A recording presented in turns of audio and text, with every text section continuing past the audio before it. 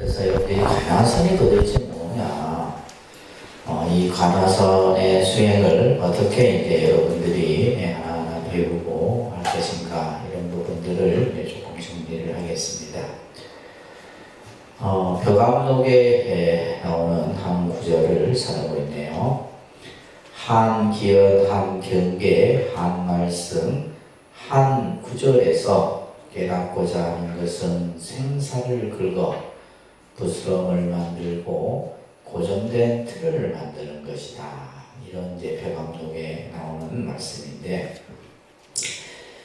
이 말씀은 우리가 이제 선이라고 하는 것은 그 문제의 답을 경에서 또 혹은 뭐 누구의 가르침에서 찾을 수 있는 것이 아니라는 거죠.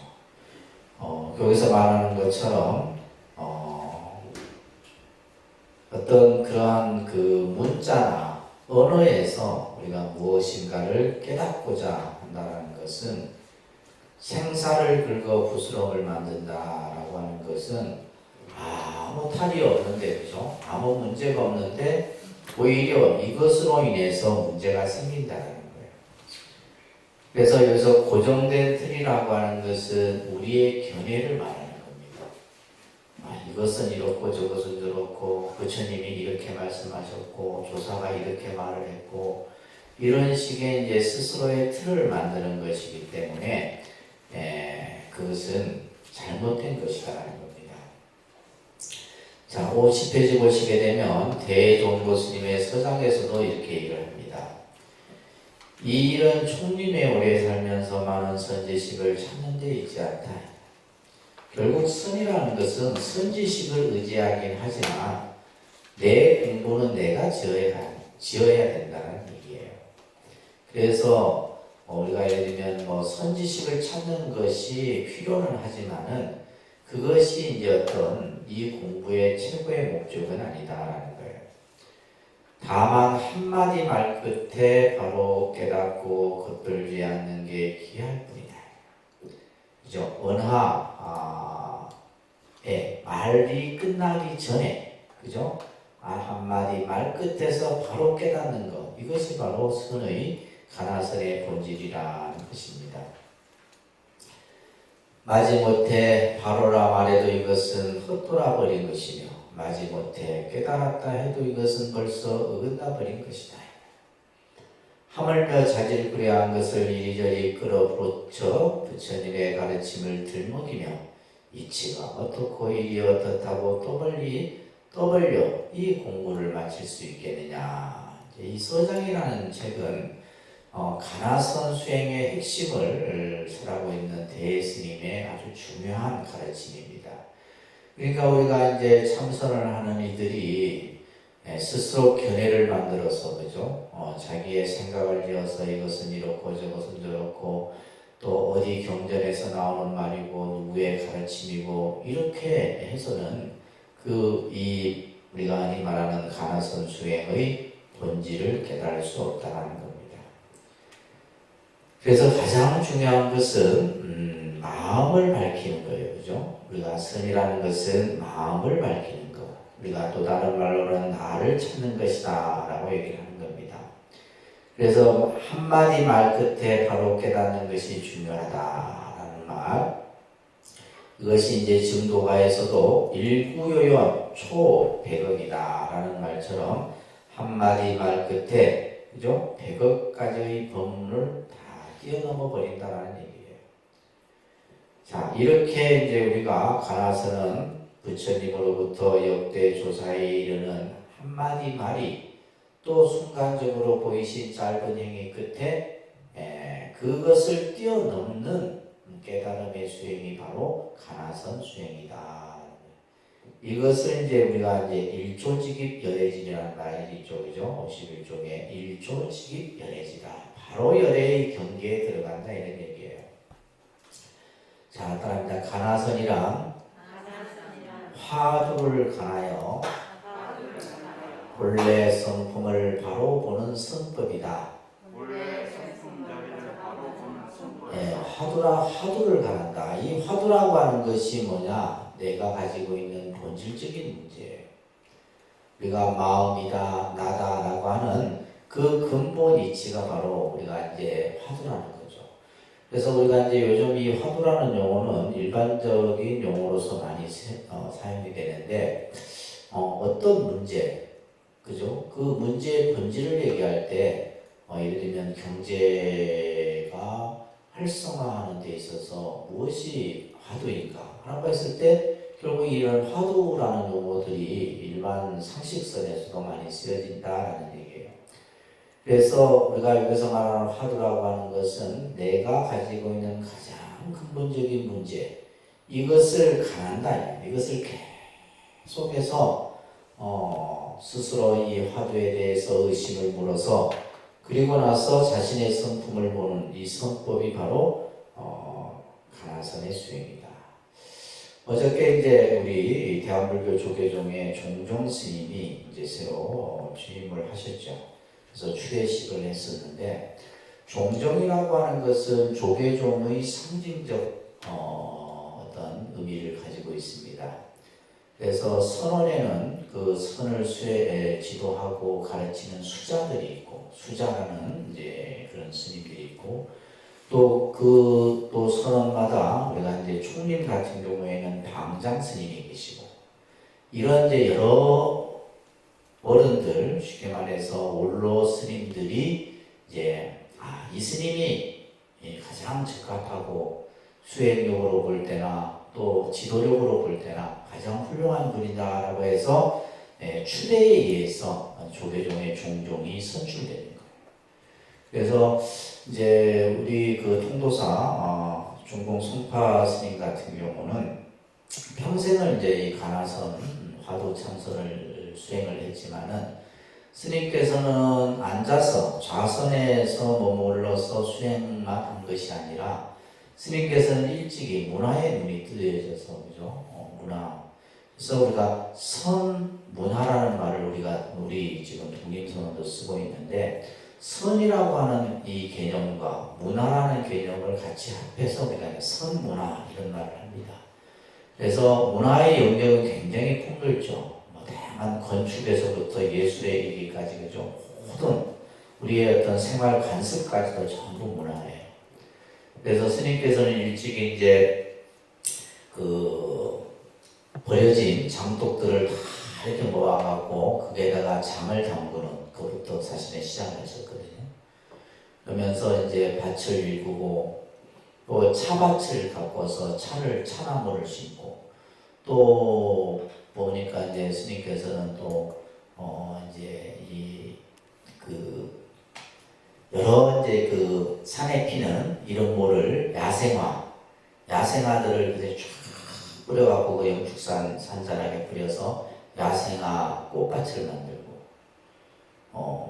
또 이제 천연염색을 또 이렇게 스스로 공부를 하셔갖고 하시고, 또 민화도 하시고, 또 뭐 지금 우리 이제 올해 통도사 달력은 이제 방장 스님이 민화 그림으로 이제 달력을 만들었는데, 그래서 왜 스님께서 우리가 일반인들이 생각했을 때 그냥 선사하면 선만 하면 되지 왜 굳이 그런 것을 했을까라고 하는데, 이 가나선의 수행의 본질은 뭐냐면 모든 것이 다 수행이라는 거죠. 우리가 예를 들면 심지어 일상의 삶 자체도 수행이에요. 차를 마시고 밥을 먹고 잠을 자고 가고 오고 눕고 앉고 하는 것이 수행 아닌 것이 없다. 예를 들면 내가 선방에 앉아서 좌선에 앉아서 좌선하는 그것만이 수행이라 생각한다면 이건 가나선의 본질에서 벗어나는 거예요. 그래서 스님께서 그림을 그리는 그 자체가 수행이고, 그것이 또 선이고, 또 도자기로서 또 불상을, 그죠? 조성을 하고 팔만 대장경을 조성하고 하는데, 이런 모든 것들이 다 선과예요. 그래서 선과 문화는 뗄래야 뗄 수 없는 거예요. 그래서 우리가 이제 흔히 참문화라든지 여러 가지 이제 선묵이라든지, 그죠? 선으로 그리는 그림을 선묵이라고 해요. 그 다음에 이제 글씨, 또 그림을 선화라고 하고, 이런 것들이 이제 전부 선과 관련되어져서 이러한 우리의 전통 문화가 만들어지고 개선됩니다. 그래서 이제 그런 것들을 이제 여러 불자님들이 잘 이렇게 이해를 하셔야 됩니다. 선이라고 하는 것이 뭐 여러분 생각할 때 그냥 뭐 앉아갖고 그냥 선선만 이게 아니에요. 모든 일체, 모든 것이 다 수행이고 선이다라고 하는 것이 이 가나선이 세계적으로 이제 위대한 어떤 수행의 자리를 잡고 있는 겁니다. 그래서 말하는 것처럼 우리의 본래 성품 자리. 그래서 어저께도 이제 그런 말씀을 하셨어요. 뭐라 했냐면 대중들, 뭐 대통령까지도 그 자리에 앉아갖고 종종 스님께서 무슨 한마디 하실까 하는데 귀를 기울였는데 스님께서 뭐라 하셨냐면 내가 통도사에서 출발해갖고 여기 오는 동안에 싹 다 잊어버렸다. 그게 법문이에요. 굳이 뭐 말이 뭐 필요했느냐. 필요 없다는 거예요. 그러면서도 이제 아주 일상적이고 평범한 그런 말씀을 대중들에게 일관을 하셨는데 바로 그런 것이 바로 이 선이에요. 그래서 우리 한국 불교가 가지고 있는 정신적인 수행법이 바로 이 가나선이다. 근데 이 가나선이 지금은 뭐에 밀리고 있어요? 명상이나 윗바사나나 이런 데 밀리고 있다는 거예요. 그래서 저도 이제 개인적으로 이 이제 조계종이 가지고 있는 어떤 정통성, 수행 방법이 바로 가나선이기 때문에 이것을 우리 독림선언 불자들에게 제대로 하나하나 좀 익히고 또 이 수행법이 여러분들의 삶 속에서 스며들어서 어떤 삶과 수행과 내 신앙이 서로 둘이 아닌 이런 것을 만들어갈 필요가 있지 않나 이런 생각을 합니다. 자, 본래 성품을 보고 깨닫는 거예요. 이 선은. 그래서 본래 성품이라는 자리는 다 우리가 가지고 있는 자성자리. 이 자성이라는 말을 우리는 마음자리다라고 얘기를 합니다. 선에서는. 무슨 자리요? 마음자리. 이 마음이 어디에 있느냐. 그죠? 우리 마음자리가 어디에 있느냐. 그래서 이 성품을 보고 깨닫는다 해서 우리는 이것을 견성성불이다. 이 가나선은 서가모니 부처님으로부터 인도와 중국을 거치면서 여러 가지 조사들에 의해서 발달된 수행법이죠. 그죠? 그래서 선사들이 화두를 통해서 그 화두를 타파하는 자리에서 바로 깨달음을 이루었고, 그죠? 자, 그렇기 때문에 여기서의 가나선의 가장 중요한 핵심은 화두라는 말인데, 자, 그러니까 화두란 말길과 생각의 길이 끊어진 말이다. 우리가 이제 화두라는 말은 말씀하자 머리 두자를 쓰는데 말길이 끊어졌다. 말로서 설명할 수 없고 생각으로서 그것을 헤아릴 수 없는 이것이 바로 화두예요. 근데 만약에 우리가 생각으로 헤아리고 말로서 글로서 어떤 문자로서 그것을 설명할 수가 없는 거예요. 우리가 흔히 예를 들면 도를 어떻게 말로서 설명해요? 여러분들이 스님 도가 뭡니까? 제가 여러분들에게 도가 뭐다라고 얘기한들 그거는 여러분들의 도가 아니다 말이에요. 그렇잖아요, 그죠? 예를 들면 부처가 뭡니까? 그 물음도 마찬가지예요. 그러니까 부처가 뭡니까? 모르니까 옥문선사는 똥막대기다 이렇게 얘기를 한 거예요. 그 말은 뭐냐면 예를 들면 우리가 가지고 있는 부처하면 우리는 거룩하고 위대한 존재고 이래 생각했는데 문문 스님께서는 그냥 똥막대기다라고 가장 하찮은 걸로 그냥 답을 해버린 거예요. 그러면 그 간시벌이라고 하는 그 속에 부처의 뜻이 담겨 있는 거예요. 근데 그것을 알 수가 없잖아요. 그죠? 그것을 우리가 이제 어떤 지식이나 생각으로 헤아릴 수 없다는 겁니다. 그래서 말길과 생각의 길이 끊어졌기에 근기가 뛰어난 사람은 그래서 우리가 이제 이 참선 공부는 아무나 하는 공부는 아니에요. 그래서 제가 이제 이 참선 공부를 이제 여러분들이 기본 교리를 공부하고 전문 교리를 공부하고 불교에 대한 이해를 갖추고 그죠? 또 기본적인 참선에 대한 이해를 갖추고 이것을 단계 해서 이제 근기를 갖춰진 사람 그것을 우리가 예를 들면 상근기라고 해요. 상근기. 근기가 숭한 사람만이 이 공부를 할 수가 있는 거예요. 그래서 근기가 뛰어난 사람을 우리는 상근기라고 합니다. 근기가 수승한 사람은 이 화두를 받자마자 그냥 단박에 알아버려요. 단박에 알아버려요. 예를 들면 대표적인 여러분들 이해하기 쉽게 설명하자면 효봉권 스님 같은 거. 비록 늦게 출가했지만은 늦게 출가했지만은 바로 이제 그 스승의 질문에 그냥 답을 해버리잖아요. 그래서 효봉 스님 같은 경우는 예를 들면 스승이 어디서 왔느냐 다 물으니까 보통 사람 같으면 내가 어디에서 왔습니다 이렇게 답을 할 거 아닌데 효봉 스님은 그 스승이 앉아있는 자리를 딱 3번을 돌더니 딱 그게 답이에요. 이런 것들이 이제 우리가 흔히 말하는 스승과 제자가 주고받는 대화 속에 그러한 깨달음이 다 들어있다는 겁니다. 그래서 대다수 사람들은 상근기가 되지 못하기 때문에, 그죠? 근기가 수승하지 못하기 때문에 뭘 해야 된다는 거예요? 화두를 들고 의심에 들어가야 되는 거예요. 이것이 도대체 무엇인고, 이것이 도대체 무엇인고. 그러니까 아까 이렇게 근기가 수승한 사람은 그냥 한마디 딱 일러주면 딱 알아차려버려요. 그 자리에서 그냥 딱 깨달아버린다 이 말이에요.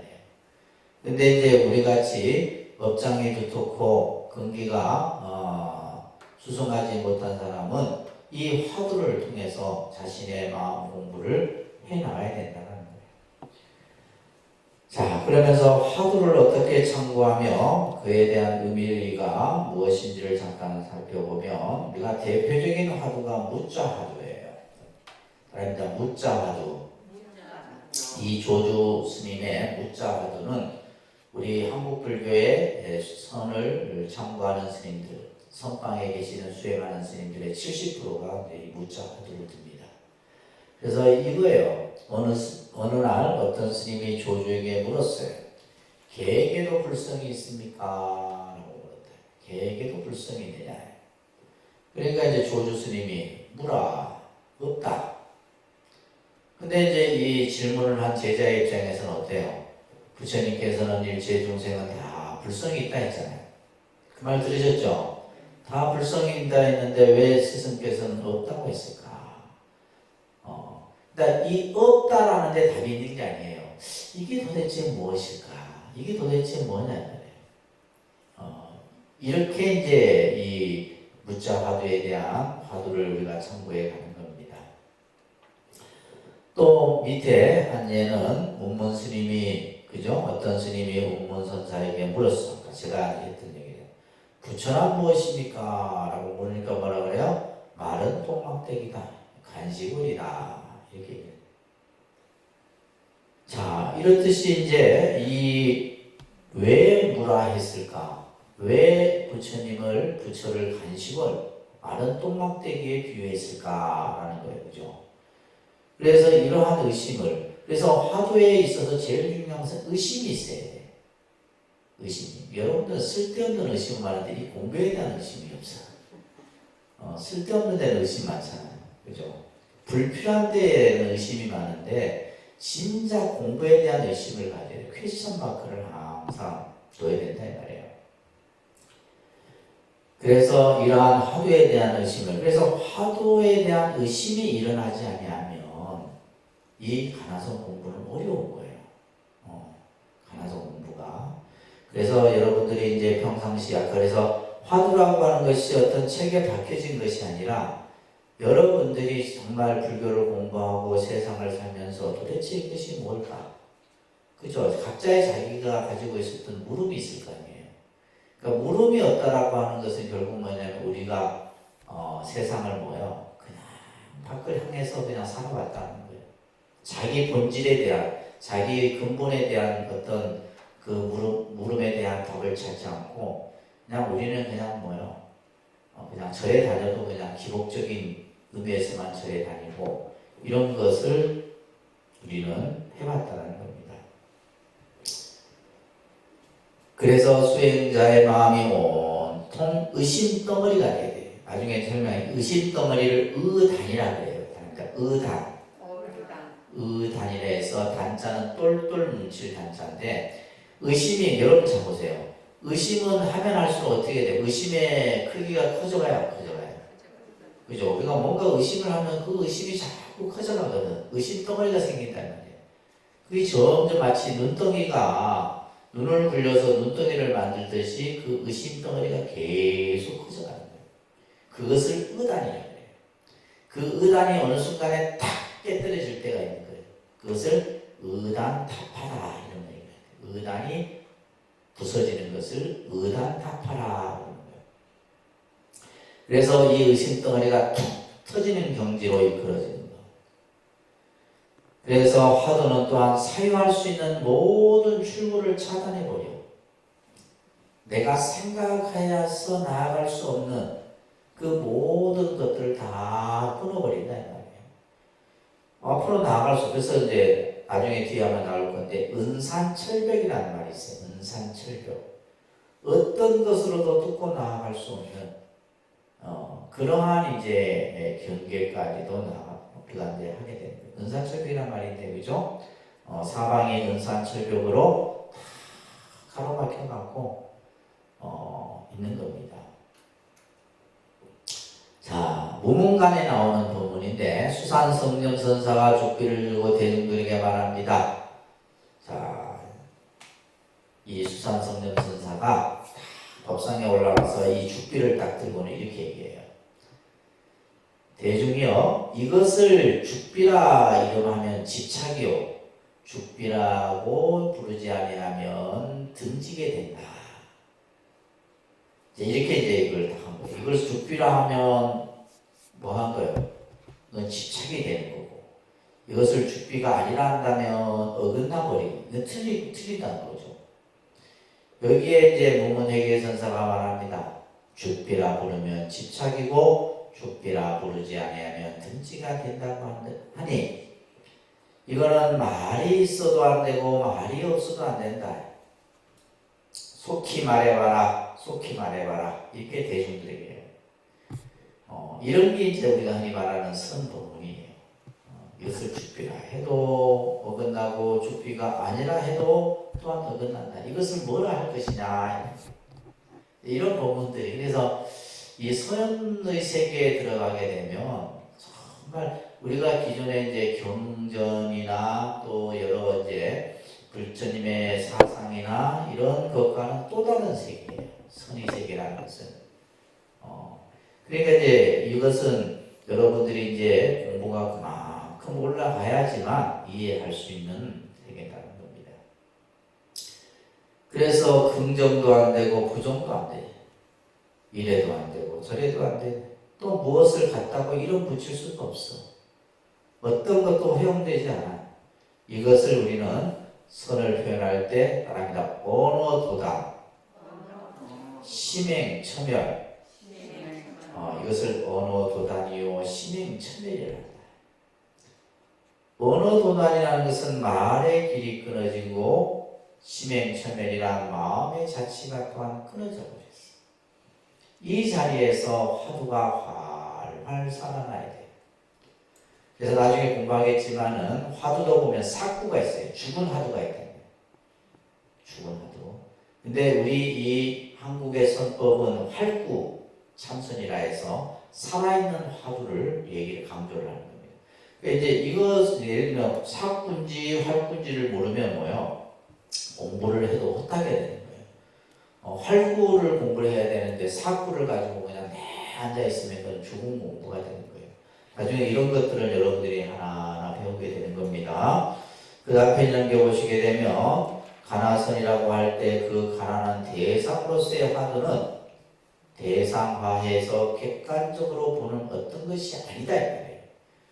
예를 들면 우리가 무라 했을 때 그냥 없다 왜 없을까? 없다라는 데 생각을 주면 안 되는 거예요. 그냥 왜 없다고 했을까? 왜 무라 했을까라는 의심에 둬야 되지 그 무라는 그 대상 자체에 두면 안 돼요. 왜냐면 부처가 뭡니까? 간식거리다. 똥막대기에다 두는 게 아닙니다. 왜? 어째서? 그죠? 무엇이? 이것의 포인트가 맞춰져야 된다는 거예요.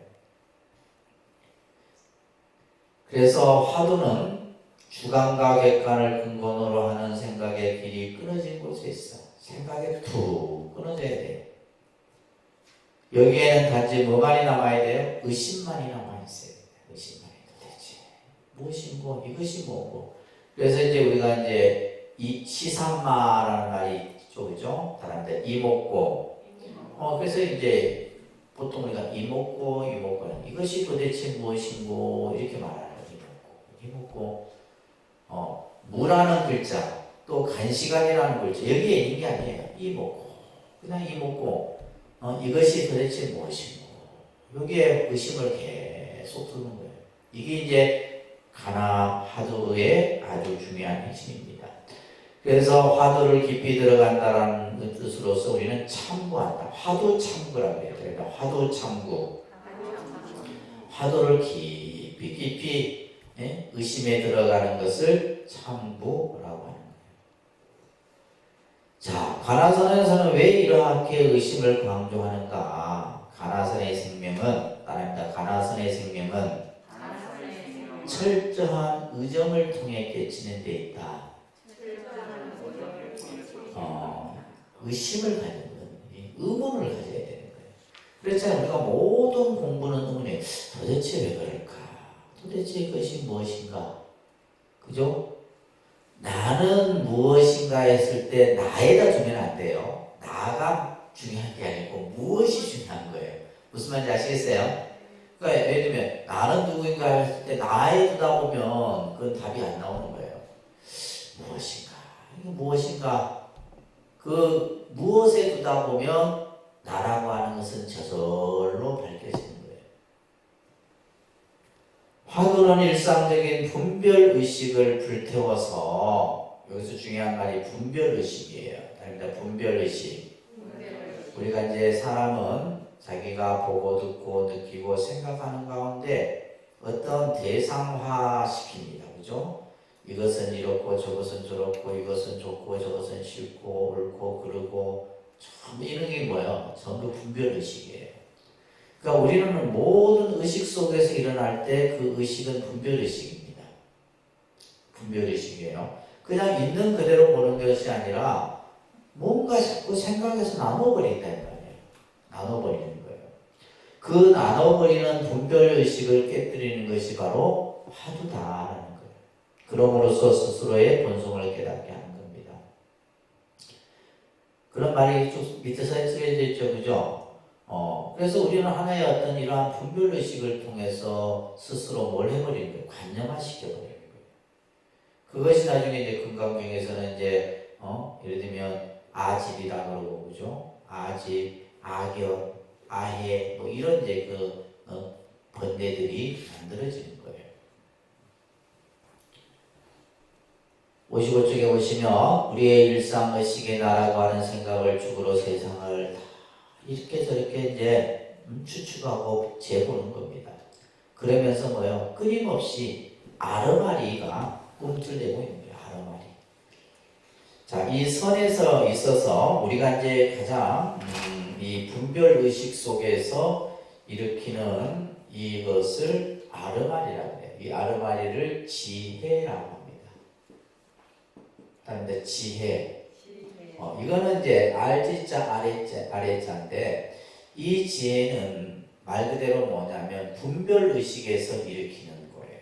참이다, 거짓이다, 옳다, 그르다, 그죠? 참과 거짓을 나누고 시와 비를 나누고 나와 너를 나누고 내 편이다, 네 편이다 나누는 것은 전부 분별의식이에요. 이 분별의식 속에서 일어나는 것이 바로 이 아르마. 이거는 뭐예요? 깨뜨려야 될 대상인 거죠. 그러면 우리 불교의 수행에서 얻고자 하는 것은 뭐예요? 지혜입니다. 지혜. 이것은 무분별이에요. 불교에서 얻고자 하는 이 지혜는 뭐다? 무분별의 뜻을 가지고 있습니다. 분별하지 않습니다. 그러니까 우리가 지혜의 마음을 갖게 되면 옳고 그른 것을 나누지 않는다 이 말이에요. 그래서 여러분들에게 늘 때 우리가 불교 수행을 하면서 이 생각을 끊어야 돼요. 이 생각을 끊고 이 생각 속에서 그죠? 있는 그대로 보고 내 생각 속에서 무언가를 단정 짓지 말아야 돼요. 임의로 조작하지 말아야 돼요. 다릅니다. 조작심. 이 조작심이 우리가 아주 경계해야 되는, 조작이라는 말은 스스로 짓는 거예요. 이것은 이렇구나 저것은 저렇구나라고 하는 마음을 무슨 마음이라 그래요? 조작심이라 그래요. 그 조작을 하고 또 뭐요? 분별을 해. 이것을 분별심이라고 합니다. 그러니까 이 조작하는 마음과 분별하는 마음이 결국 번뇌를 만드는 가장 근본 요인이 되는 겁니다. 그래서 화두라는 것은 이것을 없애고자 하는 거예요. 화두를 하기 위한, 화두를 우리가 이제 의심해서 가는 것은 결국 이 마음을 끊어버리기 위해서 하는 겁니다. 자, 그랬을 때 이제 우리는 화두를 탑함으로써 내 마음의 미혹이 환하게 열리는 거예요. 자, 56페이지 넘겨보시면 이러한 가나선이 조사선으로서의 여러 가지 내용들이 나옵니다. 그죠? 그가 조사선이라고 하는 것은 달마로부터 6조의 회능을 거쳐서, 그죠?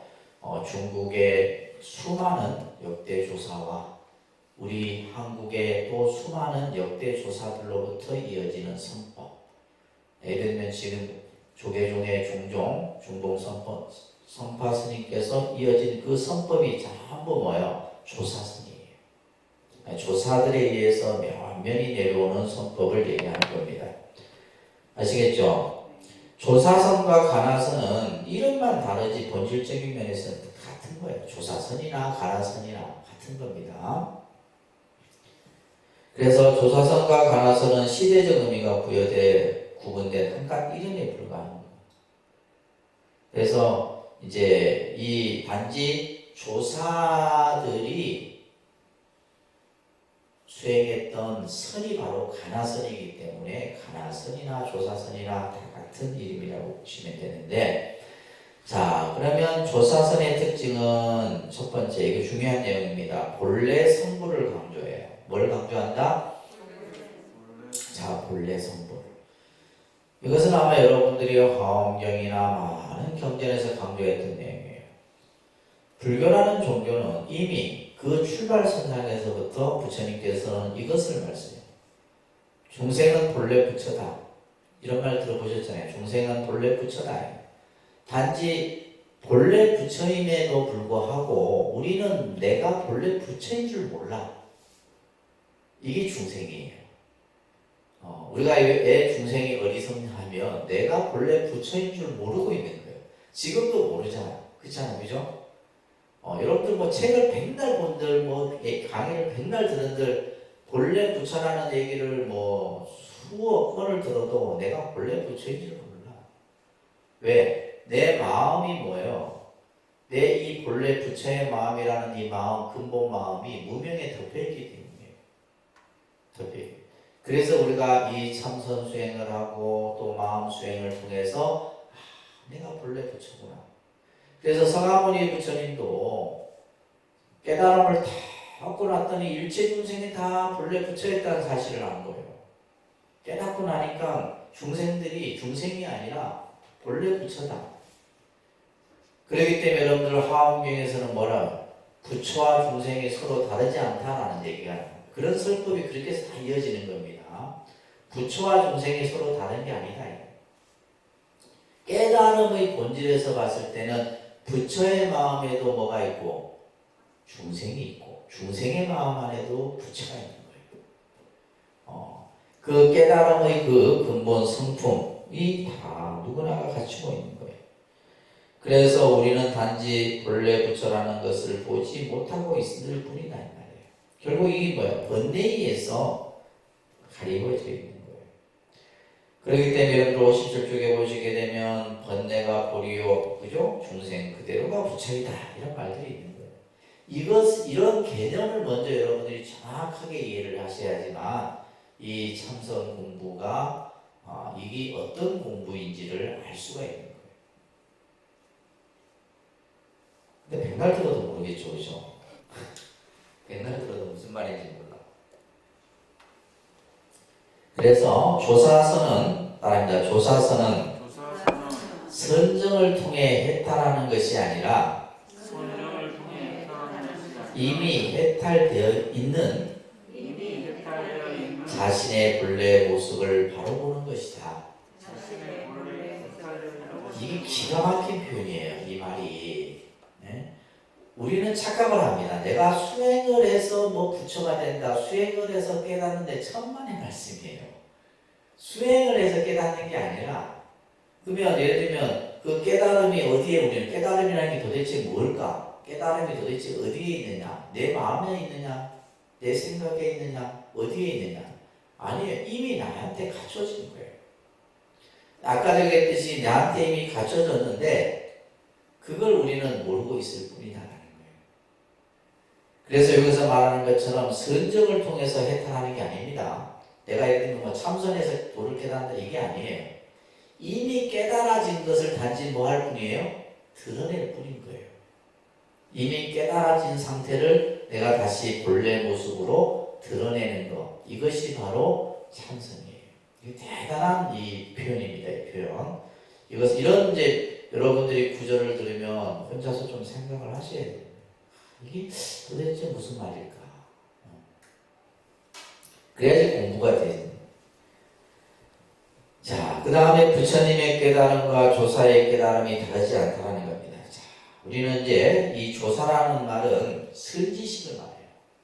조사의 뜻은 뭐다? 역대 선지식, 깨달음을 얻은 선지식을 뜻하는데, 자, 예를 들면 그런 말을 누가 묻습니다. 부처님이 깨달은 것과 예를 들면 달마가 깨달은 것이 같습니까? 다릅니까? 지금 우리가 이제 봤을 때는 뭐요? 다르지 않다는 거예요. 부처님의 깨달음과 조사의 깨달음은 서로 다르지 않다는 거예요. 왜 그러냐면, 이제 이 가나선에서는, 조사선에서는 법이 가장 중요해요. 법. 우리가 이제 법이라는 것은 진리를 말하죠.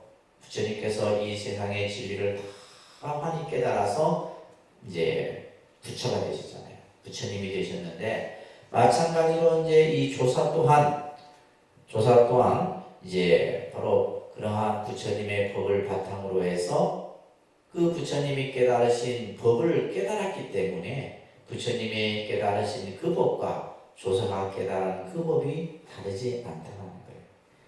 그래서 이제 여러분들 밑에 보시게 되면 불조라는 말을 같이 쓰는 거예요. 불조. 부처님과 조사. 또 조불이라는 말도 같이 씁니다. 조사와 부처. 이런 용어들이 선에서 널리 쓰여지고 있는 겁니다. 아시겠죠? 그래서 우리가 조사선 하는 거예요. 무슨 말인지 아셨죠?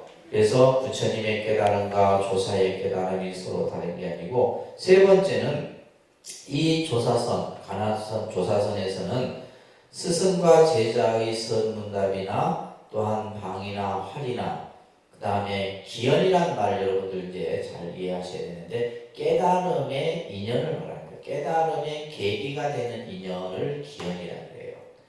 그러니까 깨달음을 얻게 되는 아주 독특한 상황이 만들어져요.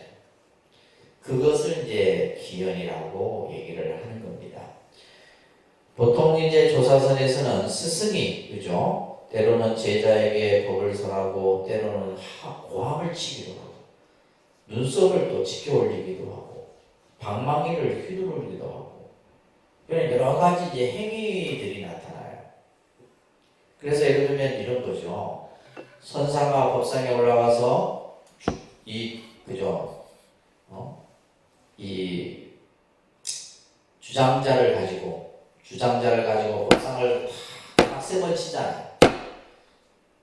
이 선사들의 선부문에서 시작 때 이렇게 치고 또 마지막에도 치는데, 이 주장자를 세 번 내려 치는 것에 뭐가 있다? 법이 있다는 거예요. 근데 아무도 모르잖아요. 아무도 모르는데. 그리고 이제 어제 그 중종 스님께서 불자를 이제 종종 스님이나 이제 우리가 말하는 큰 스님들만이 지닐 수 있는 법구 중에 하나가 불자가 있어요. 그 불자가 이제 쉽게 이제 여러분들이 이해하기 싫으면 이게 약간 이렇게 먼지털이라 생각하면 돼요. 그런 모양인데 이렇게 아주 되게 아주 정성을 들여서 만든 겁니다. 그게 단번만이도. 그걸 이제 다 흔들어요. 그 흔드는 게 뭐냐? 법을 설하는 거예요. 주장자를 치는 것도 또한 법을 설하는 거고, 화를 하는 것도 법을 설하는 거고. 이제 이런 이제 이야기들이 조사선에서는 나옵니다. 여기서 이제 그 휴정 스님 같은 경우, 서산대사 같은 경우는 어느 날 새벽에 마을 어귀를 지날 때 지붕 위에서 다구는 소리를 듣고 깨달은 거예요. 이런 것들은 이제 기현이라고 해요. 기현이라 하고, 뭐 예를 들면 뭐 또 어떤 스님은 길을 가다가 발끝에 돌멩이가 딱 부딪혀갖고 돌멩이가 딱 날아가고 다른 돌멩이에 딱 부딪혔는데 그 순간에 깨달음을 얻는 거예요. 이런 것들 전부 기현이라고 합니다. 그래서 여러 이제 어록들을 보게 되면 이러한 이제 행위나 기현의 모습들이 전부 나오고 있죠, 그죠? 그 다음에 네 번째 보면 언화 변호를 강조해요. 언화 변호라는 것은 말이 끝나기 전에 말 끝에 이미 깨달음을 얻어버리는 거예요. 뭐 우리가 이제 선에서는 말을 가지고 이렇고 저렇고 설명하지 않는다는 거예요. 제가 지금 이제 선에 대해서 여러분들을 이해를 돕기 위해서 이렇게 이제 하는 것이지, 이제 굳이 말이 필요 없는 거예요. 굳이 말이라는 것이. 그래서 언화 변호라는 말을 얘기하고, 그래서 가나선이라고 하는 것이 이렇듯이 이제 여러 가지 특징들이 있는 겁니다. 가나선은 조사선에 가지고 있는 그 본래 정신을 회복한 것이 바로 가나선이다. 이 가나선은 실제 송나라 때 이제 성행을 합니다. 송나라 때 대종고라고 하는 스님이 이제 아까 이제 서장이라는 책도 쓰셨죠, 그죠? 이 대종고 선사. 또 이 당시에는 이제 가나선만 있었던 것이 아니라 묵조선이라고 하는 굉지정각이라는 스님에 의해서 묵조선, 가나선의 어떤 그 수행법들이 이제 아주 성행을 하게 돼요. 자, 그 다음에 이제 60쪽에 보시게 되면, 이러한 이제 이 가나선, 조사선은 하나의 어떤 선문답의 형태로 스승과 제자가 주고받는 대화의 모습으로서 나타나게 되는데, 특히 이제 이 가나선을 통해서 역대 조사들의 그러한 수행의 면모들이 전부 드러나게 되는 겁니다. 자, 그러면 61쪽에 보시게 되면 가나선에서 아까 본래 성불을 얘기했죠, 그죠? 본래 성불이라는 말이 뭐냐? 바로 중생 그 자체가 본래 부처다 이런 뜻이에요. 우리가 본래 부처다. 우리가 본래 부처인데 아까도 얘기했듯이 뭐예요? 우리가 본래 부처인 줄 모르고 있을 뿐이다. 그러니까 예를 들면 내가 본래 부처인 줄 알면 그 다음부터는 뭐예요? 모든 게 다 부처 아닙니까? 일체가 다 부처잖아요. 내가 본래 부처인 줄 알면 이 세상 모든 것이 다 부처예요. 내 자식도 부처요, 내 남편도 부처요, 내 도반도 부처요. 근데 여러분들은 중생을 한 생각을 갖고 있기 때문에 전부 다 중생의 모습으로 보는 거예요. 그래서 여기서 말하는 본래 성불이라는 의미가 바로 그런 뜻이에요. 조사선에서는 중생이 수행을 통해서 깨달아 부처가 되는 것이 아니라고 하는 거예요. 그래서 아까 얘기했듯이 자선을 통해서, 예를 들면 참선을 통해서만이 깨달음을 얻는 것이 아니라, 그죠? 아까 얘기했듯이 본래 부처인 줄 알면 이미 다 끝나버리는데, 그렇기 때문에 이제 모든 어떤 우리의 삶 자체가 다 수행과 연결되어져서 설명을 하고 있는 겁니다. 그래서 중생이 부처가 되기 위해서 참선하는 게 아니에요. 중생이 부처가 되고자 참선하고, 뭐 중생이 예를 들면 기도를 해서 연구를 해서 깨달음을 얻고 이게 아니라는 거예요. 본래 있는 우리 그대로가 부처다. 그래서 본래 성불에 대한 개념을 여러분들이 확신을 가지고 있어야 돼요. 아시겠죠? 내가 본래 성불, 본래 부처라는 사실을 확신을 가지고, 그 다음부터 그게 갖춰지게 되면 다 모든 것이 다 부처예요. 저 이런 모를 들 것도 다 부처의 모습이고 삼라만상이 전부 부처예요. 근데 우리는 그게 안 되잖아요. 왜? 내가 부처라는 사실을 모르고 있는 거죠. 우리는. 자, 그래서 예를 들면 우리가 스스로의 자기 성품을 바로 찾는 겁니다. 그래서 62쪽에 보시게 되면 선에서는 번뇌를 털어내어 부처의 성품을 드러내는 것이 아니라 그죠? 번뇌를 닦아서 뭐 성불을 한다. 이것은 이제 일반적인 개념이고 선이 가지고 있는 본질은 뭐예요? 본래 부처인 자기 성품을 보는 것을 강조하는 거예요. 내가 본래 부처라는 그죠? 이 자기의 본래 성품을 보라고 강조하고 있는 겁니다. 그대는 본래 완성되어 있다. 그런 내 자신을 바로 봐라. 이게 바로 선이에요. 너는 이미 본래 부처다. 그 부처임을 너는 스스로 확신하고 네가 스스로 봐라 이 말이에요. 그래서 황벽 희운 선사가 완능록이라고 하는 저서에서 이런 얘기를 합니다. 다릅니다. 마음 그대로가 부처다.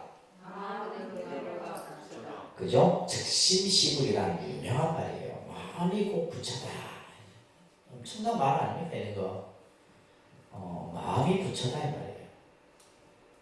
따라합니다. 위로는 모든 부처님으로부터 아래로는 꿈틀거리는 본래 이르기까지 다 부처의 성품이 있으니 마음의 본체는 한 가지이다. 여기서 동일 신체다. 우리의 마음 바탕은 부처의 마음이나 본래의 마음이나 뭐 예를 들면 축생의 마음이나 모든 마음의 그 근본은 똑같다는 거예요. 이걸 우리는 알아야 되는 겁니다. 그래서 마음의 본체는 본래 한 가지이다. 따릅니다. 그러므로 보리달마께서 서쪽에서 오시어 오직 일심의 법만 전하셨으며 일체 중생이 본래 부처임을 바로 들어 보여주셨다. 뭐 책을 못 찾고 계시면 안 읽어? 응? 그것은 수행으로 얻어지는 것이 아니다. 다만 지금 그대의 마음을 돌이켜 자신의 본성을 볼 일이지 특별히 다른 것을 구할 것이 없다. 그래서 마음이 바로 부처고 그 마음의 체는 동일한 것이에요.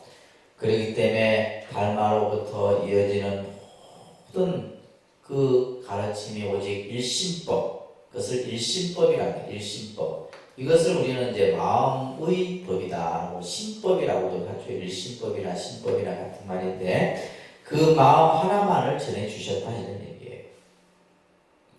이것은 수행을 통해서 얻어지는 것이 아니다. 그래서 이제 나중에 보시게 되면 마조도일 선사 같은 경우는 어떤 얘기를 했냐면 도라고 하는 것은 닦을 필요가 없다 이런 얘기를 했어요. 이제 이 말을 사실 여러분들이 굉장히 잘 이해를 하셔야 됩니다. 이제 어떤 사람은 이 말을 듣고 나서 그러면 수행 안 해도 되겠네. 이렇게 이제 생각을 하는데 도라고 하는 것은 깨달음이라는 것은 닦아서 얻어지는 게 아니다. 이런 얘기 지금 계속 나오잖아요. 그죠? 그러면 뭐요? 다만 너의 마음을 청정해야 해요. 마음을 깨끗이 해야 해요. 근데 지금 우리 마음은 어떻게 돼 있어요? 우리 마음은 오염돼 있잖아. 단막 오염이래. 오염시키지 말아라.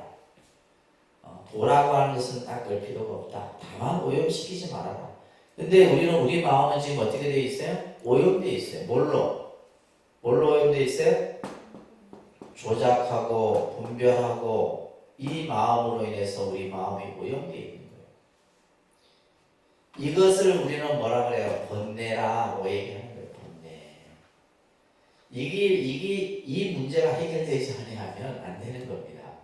그래서 이 선법이 어마어마하게 수승한 가르침이에요. 그래서 여기서 말하는 것처럼 수행으로 얻어지는 게 아니고 지금 단지 그대의 마음을 돌이켜서 자신의 본성, 자신의 근본 마음을 바라야 해요. 다른 구할 것이 없다.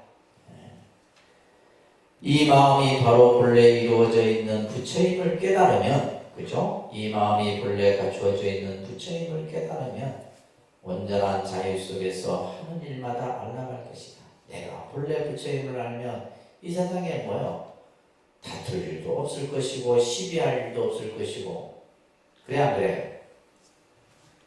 그렇잖아. 내가 본래 부처라는 사실을 알면 내가 다툴 일이 뭐 있고 시비할 일이 뭐 있고 뭐 마음에 괴로울 일이 뭐 있냐 이거예요. 아무 일이 없는 거예요. 가지가지 묘한 작용이란 밖에서 오는 것이 아니다. 스스로가 본래부터 갖추어져 있는 것이다. 황벽선사나 대선사나 모두 내 자신이 본래 이루어져 있는 부처라고 한다. 내가 본래 부처라고 한다. 이것을 항상 우리는 생각해야 돼. 내가 본래 부처에 있구나. 그래서 이 자리는 수행으로 딱 얻어지는 것이 아니다 이 말이에요. 만약에 깨달음이 수행을 통해 새롭게 얻어지는 것이라면 자신이 본래 부처라는 이것은 말할 수 없는 것이다. 이렇게 이 말은 잘못된 말이다. 이 말이 이만큼 이 의미가 중요한 말입니다. 내가 본래 부처라고 하는 이 말이 만약에 수행을 해서 내가 깨달음을 얻는다라고 한다면 그것은 이 말과 잘못된 것이다. 서가모니 부처님께서도 이렇게 얘기하셨다 이 말이에요. 법을 보는 자 연기를 보고 연기를 보는 자 법을 본다. 자, 이 연기법이 본래부터 있었던 거지 서가모니 부처님이 만드는 게 아니잖아요. 그렇잖아요. 서가모니 부처님이 이 연기법을 깨달으신 것이지 본래 있었던 거예요. 본래 존재하는 존재의 법칙이었던 거예요. 근데 중생들은 그것을 아무도 몰랐어. 오직 뭐요? 어떠한 절대자가 이 세상을 만들고 어떤 신이 모든 것을 행복과 불행을 결정한다는 걸 생각했었단 말이에요. 이 세상이 인연에 의해서 만들어지고 없어진다는 사실을 아무도 몰랐어. 근데 이것을 서가모니 부처님만이 다 알아버린 거예요. 그것을 우리 중생들에게 설해 보이신 거잖아요. 그거 똑같은 겁니다. 새로 만들어지는 게 아니에요. 원래부터 있었던 것이다라는 거예요. 그래서 화엄경 열애수양품에서도 마음과 부처와 중생, 그죠? 신불국 중생의 시상무차별이라는 유명한 말이에요. 아주 이 말은 스님들이 법문하는 가운데 늘 사용되어지는 말입니다. 마음과 부처와 중생의 세 가지는 차별이 없다라는 거예요. 64페이지에 보시게 되면 이것을 우리는 이제 여러 가지 용어로 표현합니다. 자, 우리가 이제 마음이다, 또 불이다, 그죠? 이런 여러 가지 표현들이 있는데, 잠깐 이것을 여러분들이 이제 이 불교 공부는 용어를 굉장히 다양하게 사용을 합니다. 하나의 용어만을 사용하는 것이 아니라 용어 자체가 굉장히 다양해요. 그래서 이 용어를 완전하게 여러분들이 이해하는 단계까지 가시려고 하면 공부를 많이 하셔야 돼요. 자, 우리가 이제 이 마음이라고 하는 거, 그죠? 이 마음이라고 하는 거. 자, 이 마음을 우리는 다 보면 아까 이제 여기서도 이제 마음을 때로는 일심 이렇게 얘기해요. 그죠? 일심. 마음은 둘이 아니에요. 마음은 하나. 우리가 마음을 예를 들면 이 마음 안에서도 이제 선한 마음, 악한 마음 나누지만은 그 마음 자체로는 하나예요. 그리고 이 마음을 우리는 뭐라 했어요? 자성이라고 합니다. 자성. 그죠? 이 마음을 뭐라 그래요? 심성이라고도 하고. 이 전부 선에서 쓰인 이것을 또한 뭐라 그러고 본성이라고 하고. 그러니까 자성, 심성, 본성. 이 마음을 또 우리는 뭐라 불성이라고 합니다. 불성. 그죠? 불성. 또 여기서 이제 여기 보면 열애장.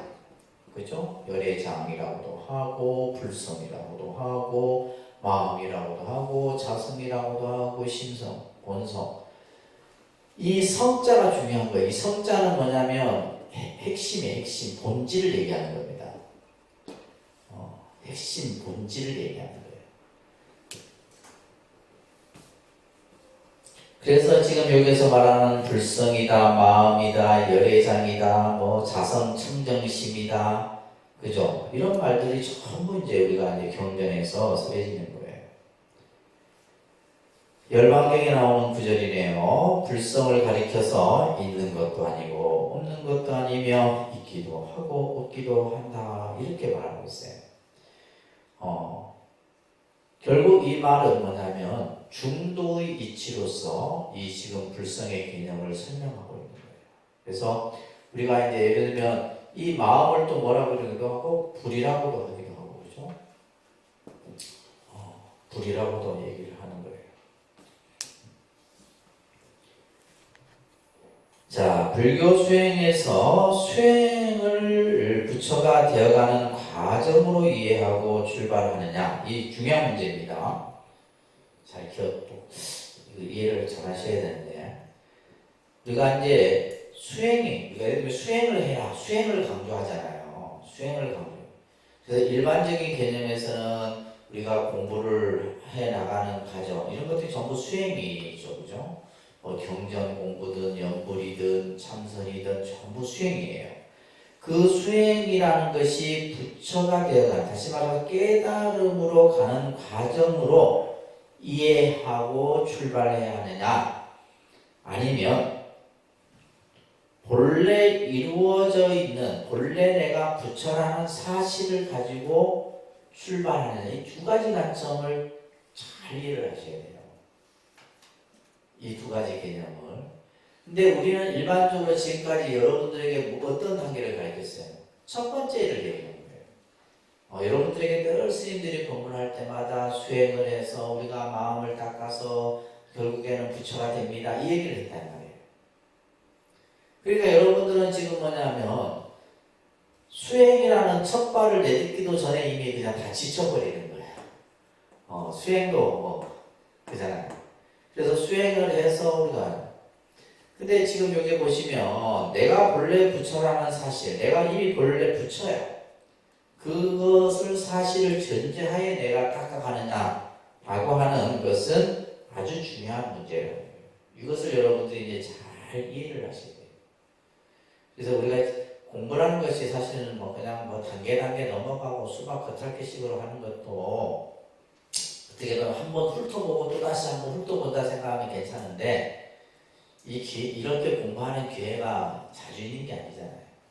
그래서 할 때 내가 뭔가 좀 깊이 있게 들여다봐야 될 부분은 좀 들여다보고, 지금 이게 제가 이 전체 책을 다 설명해 줄 수는 없어요. 그래서 핵심적인 내용들만 조금 건드려서 여러분들에게 설명하는 건데, 자, 수행을 통해서 점차 번뇌를 닦아가는 길, 그죠? 중생이 부처가 되어 가는 수행법을 우리는 점수라고 해요. 그러니까 점수, 그죠? 단계에 따라서, 중생의 근기에 따라서 연불 하는 일은 연불하고 참선하는 일은 참선하고, 이렇게 해서 점점 닦아가는 것을 점수라고 해요. 이러한 점수 수행법은 우리가 이제 선에서도 특히 이제 북종선 계통이 이제 점수, 그러니까 당시 이제 신수 스님이 했던 수행법이 이제 점수 수행법. 그래서 신수 스님의 그 오도성을 보게 되면 시시금불식해라, 때때로 털고 닦아라, 마음을 늘 털고 마음의 번뇌를 늘 닦아라. 근데 이제 예를 들면 해능 스님 같은 경우는 이미 본래 부처다, 이렇게 얘기를 해버린 거예요. 닦을 필요 없다, 이렇게 얘기를 하는 거예요. 그래서 이거는 이제 결국 우리 근기마다 다른 거죠, 그죠? 그래서 해능 선사가 이온 선법은 저마다 본래 부처다. 이것을 우리는 이제 남종선, 이것을 이제 도노 선법이라고 하는 겁니다. 무슨 선법이요? 도노 선법. 그러니까 우리는 이제 도노 돈수예요. 도노 돈수. 도노 돈수라는 것은 이미 본래 내가 부처라는 사실을 전제하에 하는 거예요. 근데 여러분들은 지금 도노법을 배우면서도 점수로 자꾸 하려고 하는 거예요. 내가 무엇을 닦아갖고 부처가 되어간다, 이 생각을 가지고 있는 거예요. 그래서 이 참선 공부는 최상승 수행법입니다. 아셨죠? 최상승 수행법이, 이건 아무나 할 수 있는 게 아니에요, 사실은. 왜 최상승수행법이냐 하면 도노 돈수예요. 바로 내가 본래 부처라는 사실을 전제하에 내가 닦아가는 거기 때문에 닦는 것도 점차 닦는 게 아니라 바로 그냥 끝나버리는 거예요. 자, 그래서 이 남종선은 달마가 전한 조사의 골수를 전하고 있는 핵심이에요. 자, 밑에 이제 제가 따르면 몸은 보리수요, 마음은 맑은 거울이다. 그래서 우리가 마음이라는 것을 맑은 거울에 비유하는 이런 이제 경전의 구절이나 선사들의 설법이 나오는데, 그렇죠? 마음이라고 하는 것은 맑은 거울과 같아요. 우리의 마음, 원래 우리의 마음은 청정한 마음자리입니다. 그것을 자성청정심이라고 해요. 그러니까 자성청정심.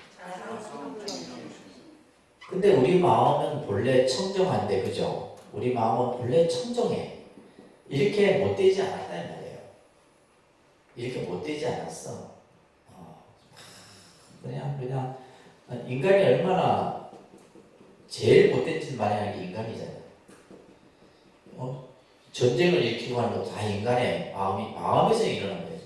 그렇죠? 예? 소련 그 대통령 한 마음에서 일어나서 지금 이게 수많은 사람들이 죽고 죽이는 전쟁이 일어나는 거예요. 그런데 우리가 가지고 있는 우리의 본래 마음은 뭐예요? 아주 청정한 마음이에요. 이 청정한 마음을 뭐에 비유한 거예요? 맑은 거울에 비유한 거예요. 때묻지 않는. 그런데 이 청정한 마음자리에 우리의 중생의 마음은, 중생의 이 청정한 마음자리에 뭐의 때가 자꾸 붙어요? 뭐의 때가 붙어? 탐욕. 뭐가 붙어요? 탐욕이죠. 지금 러시아 우크라이나 전쟁도 탐욕이에요. 내가 좀 더 그 나라의 면적을 넓히고 자원을 더 확보하고, 예를 들면 미국과 중국을 견제하고, 이게 전부 욕심이에요. 욕심. 탐욕. 그 다음에 뭐예요? 분노, 어리석음. 이 세 가지 마음이 이 청정한 마음자리를 덮어버리고 있는 거예요. 이걸 잘 이해를 하셔야 됩니다. 우리 마음에 일어나는 탐욕과 분노와 어리석음이 이 자성청정한 우리의 그 자성자리를 다 덮어버렸어. 그러니까 뭐예요? 이 신수스님은 어떻게 하라는 거예요? 늘 힘써 닦아라. 시시금 불식이다. 때때로 늘 닦아라. 우리 독립선언도 늘 매일매일 청소하니까 깨끗하잖아요. 한 3일만 안 해보세요. 먼지가 부였습니다. 그렇잖아요. 여러분 집안도 그렇잖아요. 그죠? 매일 닦아요. 저도 이제 제 방을 매일 닦는데 하여튼 하기 싫을 때가 있어요. 매일 하는 것도 쉬운 게 아니에요. 내가 수행을 아마 그렇게 열심히 했을 때 아마 벌써 도통을 했을 거예요. 청소하듯이 그렇게 했으면. 근데 이게 늘 닦아야 된다는 거예요. 시시급불식 해라. 그래서 뭐 하라는 거예요? 그 티끌은 여기 건디죠, 그죠? 이 티끌이 바로 뭐예요? 탐욕과 분노와 어리석음이란 말이에요. 이것을 마하지 않도록 해라. 묻지 않도록 해라. 이렇게 이제 신수스님은 얘기했어요. 그래서 신수스님이 아까 이제 점수라고 했죠, 그죠? 점점 닦아가는 거. 때때로 닦아라 이런 얘기를 한 거예요. 근데 해능스님은 보세요. 보리는 본래 나무가 아니고 보리 공무수요. 아까 예를 들면 보리라는 것도 깨달음이라는 것도 본래 없다는 말이에요. 또한 명경역비대다. 거울이라고 하는 것 또한 본래 없는 것이고 아주 차원이 다릅니다. 그러면서 불성은 늘 청정한데 항상 이 마음이 우리의 자성청정한 마음자리가 늘 본래 부처의 자리인데 어디에 먹기 먼지가 있겠느냐. 그래서 이 해능 스님의 성법을 돈수라고 얘기합니다. 이해되셨죠? 이러한 이제 성법에 대한 개념들이 여러분들이 잘 이해를 하고 계셔야 되는 거예요. 자, 66쪽에 보시게 되면, 자, 황벽 희운 선사와 당시 그 황벽 희운 선사는 당시 재상이었던 그 당대의 재상이었던 배유라고 하는 거사가 있었는데 이분이 이제 늘 이 황벽 희운으로부터 가르침을 많이 받기도 하고 또 황벽 희운 스님을 후원자로서 뒷바라지를 다 해드립니다. 그래서 이제 이 배유와 황벽 희운의 그 대화로 이루어진 오록들이 많이 전해집니다. 자, 이 재상이었던 배유가 도가 무엇입니까? 라고 물어요. 도가 무엇입니까? 또 어떻게 수행하는 것이 좋습니까? 라고 물어요. 일반 어떤 불교를 공부하는 사람이라면 당연히 묻는 질문이겠죠. 그죠? 스님, 도가 무엇입니까? 또 그 도를 어떻게 닦아야 합니까? 라고 물으니까 황벽선사가 뭐라 그래요? 도가 뭐야? 도라는 게 뭐야? 또 왜 수행을 하려고 하느냐? 왜 수행을 하려고 하느냐? 굳이 이렇게 답을 하신 거예요. 이 말은 다시 말해서 뭐예요? 이미 도는 내 안에 있는데 뭐 도를 닦으려고 한다니 말이에요. 이미 내가 본래 부처를 갖추고 있는데 부처의 마음자리를 가지고 있는데 우리는 자꾸 딴 데서 부처를 찾으려고 하는 거예요. 딴 데서 자꾸 부처를 찾으려고 하는 거예요. 그래서 자기 자신 속에 갖춰져 있는데 왜 굳이 수행을 하려고 하느냐 하고 대묻고 있는 겁니다. 그래서 이것은 바로 본래 성불의 모습, 우리의 근본 자성자리를 설하고 있는 내용이라고 보시면 됩니다. 여러분들 좀 읽으세요. 좀 책 좀 읽어오시고 미리. 아셨죠? 나중에 책 검사합니다. 자, 오늘은